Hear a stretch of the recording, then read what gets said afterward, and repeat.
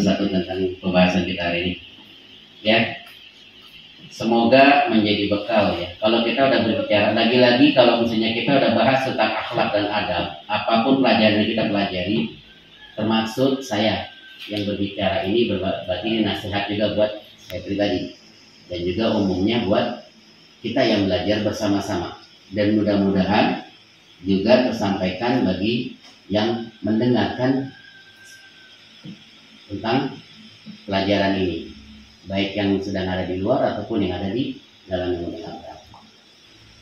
Semoga biar bisa jadi sedikit-sedikit bisa manfaat.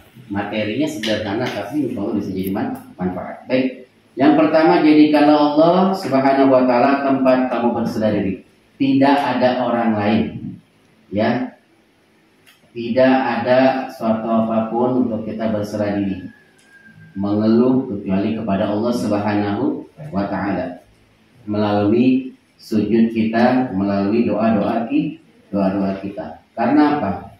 Karena kalau seandainya kita udah berpaling dari Allah, dikhawatirkan masuk kategorinya adalah musyrik, menyekutukan Allah, dan itu dosanya sangat besar dan ditempatkan di mana? Neraka jahanam, neraka yang paling bawah, dan dijamin tidak akan bisa keluar sampai kapanpun. Hati-hati ya, tempat terserah diri kita kecuali apa? Adalah Allah Subhanahu wa ta'ala. Tidak ada lagi. Ya, Allah dan Allah.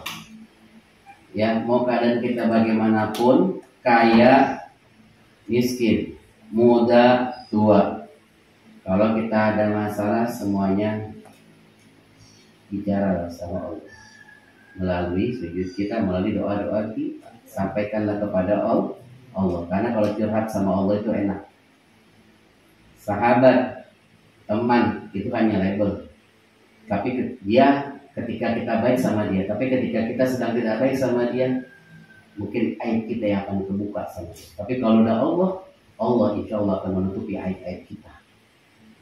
Makanya tempat curhat yang paling enak adalah Allah Subhanahu wa ta'ala. Baru yang kedua, yang ketiga adalah orang tua kita. Makanya kalau ada apapun curhatnya sama siapa? Allah sudah, berarti tinggal ke orang tua kita. Jangan malu kita kalau curhat sama orang tua kita. Tapi saat ini kita malah lebih banyak kita bercurhat sama teman, sama sahabat. Karena apa? Kalau curhat sama orang tua malu, takut dikata-kata, takut ini. Kenapa harus malu? Orang tua kita itu adalah gerbang. Gerbang apa? Gerbang ridhonya Allah Subhanahu wa ta'ala. Dan juga orang tua kita sebagai gerbang murkanya Allah Subhanahu wa ta'ala. Ketika orang tua kita disakitin berarti Allah murka dengan kita. Tapi kalau seandainya kita bahagian orang tua kita, insya Allah akan ridho kepada kita. Ridallahu ridha. Sayangi orang tua kita, kasihi orang tua kita, cintai orang tua kita. Sekarang orang tua kita ayah mungkin sudah tidak ada. Kita udah kehilangan malaikat satu. Tapi sekarang yang ada di rumah, tolong benar-benar dijaga. Benar-benar kalian, kita semuanya benar-benar jaga itu malaikat yang nyata sampai saat ini yang ada di rumah kita. Yang setiap hari kalau kita pulang ke rumah dia standby nungguin kita. Yang setiap hari mungkin dia bertanya kepada orang lain, di mana anak saya kok jam segini belum pulang. Yang setiap hari di mana dia yang selalu memasaki kita buat makan. Yang dimana setiap hari beliau yang selalu mendoakan ketika kita sedang tidur.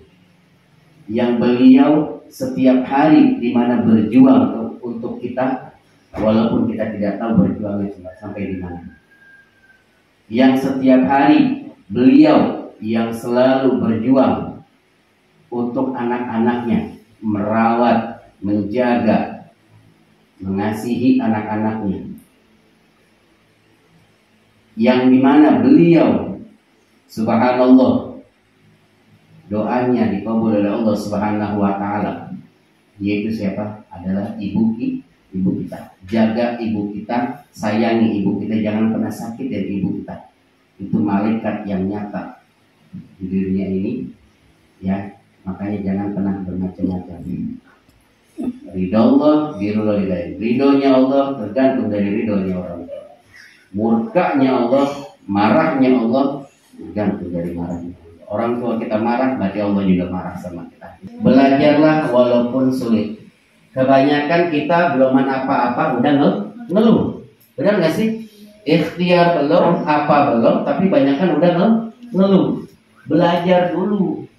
Ngeluh silakan. Kalau itu sulit. Tapi ini belum apa-apa, udah banyakan ngeluh. Contoh, gak usah jauh-jauh, ya. Baru ngelihat soal aja matematika, sulit banget rasanya. Baru ngelihat, belum belajar baru ngelihat soal. Guru ngeliat soal 205 dikali 5. Sulit banget lagi malas buat mikir. Jangan begitu. Belajar dulu, pelajarin dulu. Guru itu lebih bangga ya kalian dapat nilai kurang tapi hasil sendiri ketimbang kita hasil besar tapi belajar dari nyontek. Ya, malu lah. Coba kita berusaha dari hal terkecil untuk belajar. Setiap orang pasti memiliki kesulitan. Setiap orang pasti bakal menghadapi kesulitan. Jadikanlah kesulitan itu menjadi pembelajaran buat kita. Untuk apa? Terus ikhtiar dalam belajar. Jangan pernah berhenti belajar. Mau sukses tapi tidur mulu nggak belajar gimana? Bakalan sukses kayak begitu? Nggak bakalan. Mau pinter, ya mau pinter, tapi belajarnya ya begitu. Kadang belajar, kadang enggak. Kadang belajar, kadang enggak. Kayak gini bakal berhasil nggak? Bakal manfaat nggak ilmunya? Nggak bakalan. Sampai kapanpun nggak bakal manfaat ilmunya kayak gini. Nggak percaya? Coba deh jalanin. Ya skema kayak gitu tadi. Saya hari ini belajar, besok agak. Nanti kita belajar lagi kayak puasa Nabi Daud jadi. Hari ini puasa, besok enggak. Ini puasa enggak ya kan enggak? Gitu. Jangan seperti itu. Terlebih ya adik-adik semuanya masih pada muda. Ya. Masa muda itu bukan masa yang dimana buat main doang, enggak. Masa muda adalah kesempatan kita buat nabung kebaikan, nabung ilmu. Ingat, suatu saat nanti adik-adik semua yang perempuan bakal menjadi ibu rumah tangga, yang dimana nanti akan ada seorang anak dan anak ini akan dididik dengan yang namanya ilmu. Juga laki-laki suatu nanti akan menjadi seorang suami, yang dimana suami ini akan menjadi seorang imam. Imam itu adalah pemimpin, ya maka dia harus ada bekal. Jangan bentar-bentar ngasih orang. Ini anak saya, udah deh ngaji aja sama kamu. Nih anak saya ini aja sama kamu. Jangan begitu. Setidaknya ada yang kita pelajari, ada yang kita kasih buat anak kita. Hebat, dia merasa hebat, berarti tandanya itu awal dari sebuah kegagalan. Karena apa? Yang ditunjukin sama dia adalah kesombongan. Wah saya hebat. Udah, biasanya orang hebat, udah dia gak bakalan mau belajar lagi, gak bakalan mau dengerin nasihat orang lagi, dan juga gak bakalan ya dia mengulang lagi pelajaran apa yang sudah dipelajari karena sudah merasa hebat. Makanya itu adalah titik dari sebuah kegagalan. Jangan pernah memandang rendah dan hina orang lain. Ya, kita hebat sedikit, jangan petantang petenteng. Ya, bisa sedikit, jangan petantang petenteng, apalagi sampai menghina orang lain. Kamu tanpa saya itu nggak bisa apa-apa. Hati-hati kalimat itu. Kamu tanpa saya itu nggak bisa apa-apa. Kamu tanpa saya nggak bisa apa-apa. Hati-hati kalimat itu. Ya seakan-akan kayaknya dia itu bodoh banget gitu. Ya orang yang begitu seakan-akan bodoh banget. Hati-hati dengan kalimat ini. Ya kamu tanpa saya itu nggak bisa apa-apa. Ini menunjukkan bahwa si aktor ini udah agak sombong, harus sampai menghina, sampai menjelekkan orang. Apalagi nih, dan juga nih yang kedua, kalau memberikan nasihat, ya dia salah nih kalau memberikan nasihat, tolong jangan pernah di hadapan orang banyak. Ya, cukup kita aja berdua yang tahu, atau minimal ada saksi tambah satu lagi. Dan udah tahu masalahnya, Sudah tahu perkaranya, kunci langsung. Artinya kunci apa di sini? Jangan sampai ada orang lain yang tahu. Selain kita bertiga. Begitu caranya. Itu yang diajarkan seperti itu. Jadi nggak ada namanya aib yang keluar dari lisan kita. Maka kalau lagi datang ke Asia, bukan kalian tanya tuh ke soal musibah meninggalnya, jangan, yang ada malah lebih sakit. Soal musibah, datang aja doa, baca yasin, baca yang bisa kita paham. Tanpa bantuan orang lain kita nggak bisa apa-apa. Kalau kalimat yang tadi salah kan? Kalau kalian bukan karena saya, kalian bisa apa?